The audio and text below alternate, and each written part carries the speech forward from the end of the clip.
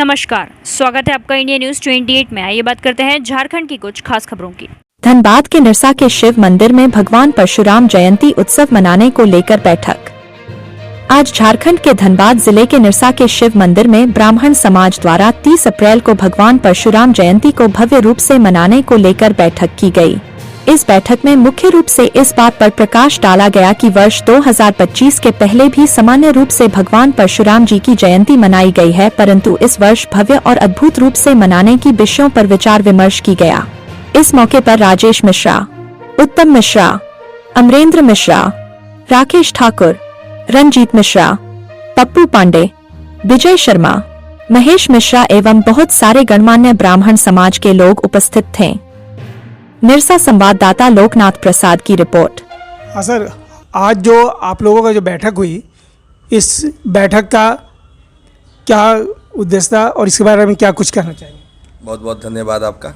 आज का बैठक हमारा ब्राह्मण समाज का बैठक था। निरसा इकाई के लोग सभी लोग हम लोग अपने जुटे हुए थे इस निरसा ब्लॉक शिव मंदिर के प्रांगण में। भगवान परशुराम जी का जन्म उत्सव किस प्रकार से कितने धूमधाम से मनाया जाए, इस निमित्त ही आज हमारा बैठक था। आने वाला अक्षय तृतीया 30 अप्रैल हमारा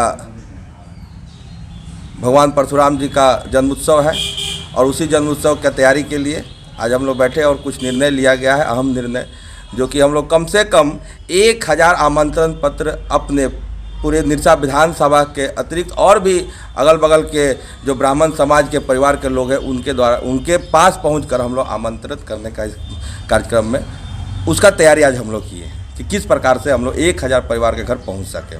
दूसरा नंबर, हम लोग 30 तारीख को भगवान परशुराम जी का हवन पूजन कार्यक्रम का करने का तैयारी किया गया है कि दिन में ही हम लोग का हवन पूजन का कार्यक्रम होगा। उस तत्पश्चात भगवान परशुराम जी की प्रतिमा को लेकर के हम लोग इससे निरसा में नगर भ्रमण का कार्यक्रम करेंगे। नगर भ्रमण के बाद सभी लोग को वहाँ पर आमंत्रित रहेगा और सभी लोगों को प्रसाद वितरण होगा। भगवान परशुराम जी का वहाँ पर बुद्धिजीवी वर्ग के लोगों के द्वारा उनका मार्गदर्शन भी होगा। भगवान परशुराम जी का जन्म क्यों इस सृष्टि में लेना पड़ा, क्या स्थिति परिस्थिति उस समय विकट रूप में पड़ी थी कि भगवान विष्णु को अपना छठा अवतार के रूप में भगवान परशुराम के रूप में आना पड़ा। और आज भी वो चिरंजीवी हैं, जितने भी विष्णु के अवतार हुए एक वही मात्र ऐसे चिरंजीवी हैं जो आज भी कलयुग के समय में भी महेंद्रगिरी पर्वत पर उड़ीसा में आज भी वो वहाँ पर विराजमान है। और क्यों विराजमान है इसका भी हम लोग का उल्लेख है उस दिन बुद्धिजीवी वर्ग के लोग के द्वारा बौद्धिक में इस चीज़ का मिलेगा और सभी समाज के लोग इस चीज़ को जानेंगे कि भगवान परशुराम पुरोहित समाज में जन्म लेकर किस प्रकार सृष्टि का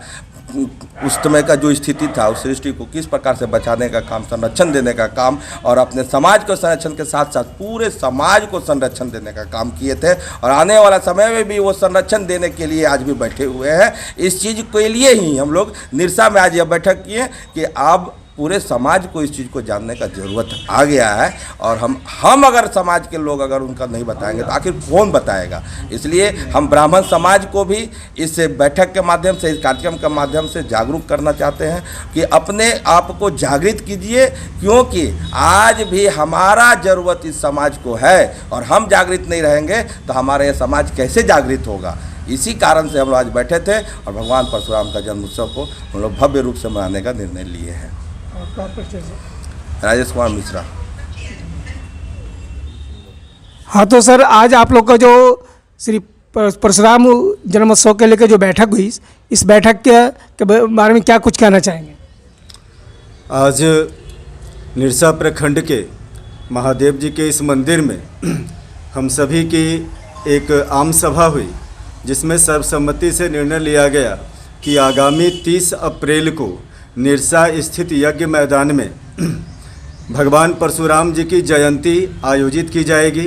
हम लोग बड़े ही हर्षोल्लास से उसे मनाएंगे और इसका कार्यक्रम इस प्रकार है कि सुबह में पूजन हवन होगा, आरती होगी, उसके बाद में प्रसाद वितरण होगा और नगर भ्रमण होगा।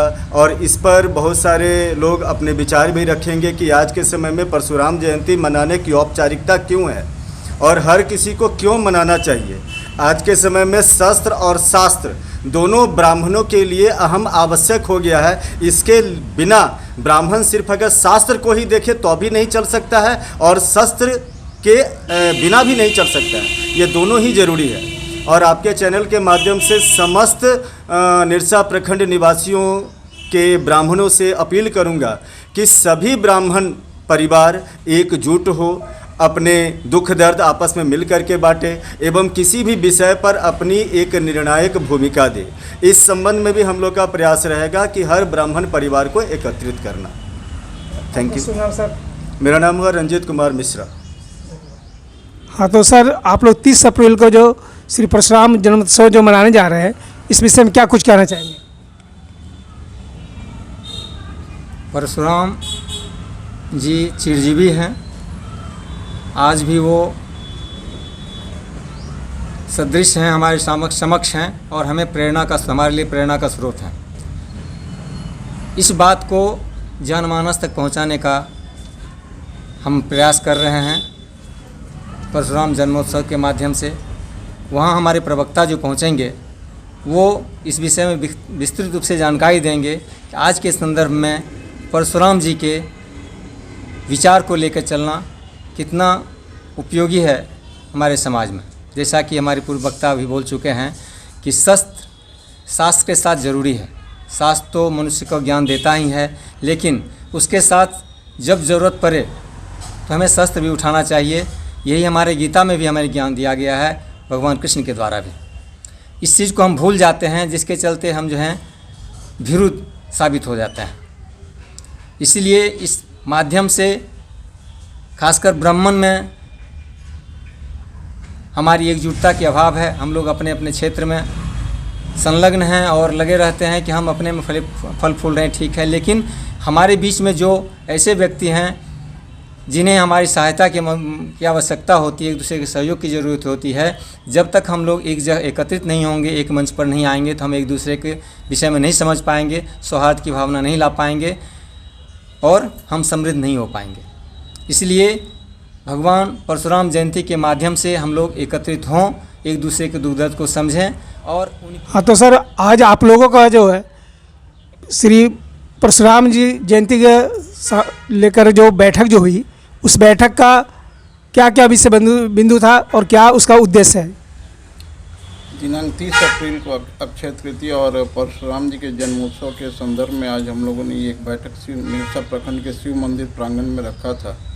उसके निमित्त हम लोगों ने इसी विषय पर चर्चा किया कि किस तरीके से, कितने हर्षोल्लास के साथ और किस व्यवस्था के तहत इस कार्यक्रम को, परशुराम जी के जन्म के उत्सव को हम लोगों को मनाना है और ब्राह्मण समाज को एक जगह एकत्र करके और परशुराम जी के जयंती को बेहतर तरीके से बनाने का हम लोग संकल्प लिए हैं और उसी के निमित्त ये बैठक हम लोग रखे थे और किए हैं।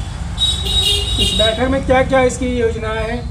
इस बैठक की योजना यही है कि सुबह में पूजा पाठ होगा, हवन होगा, उसके बाद से संध्या में नगर भ्रमण है, प्रसाद वितरण है, यही हम लोग करना है। आपका शुभ नाम? उत्तम कुमार मिश्रा।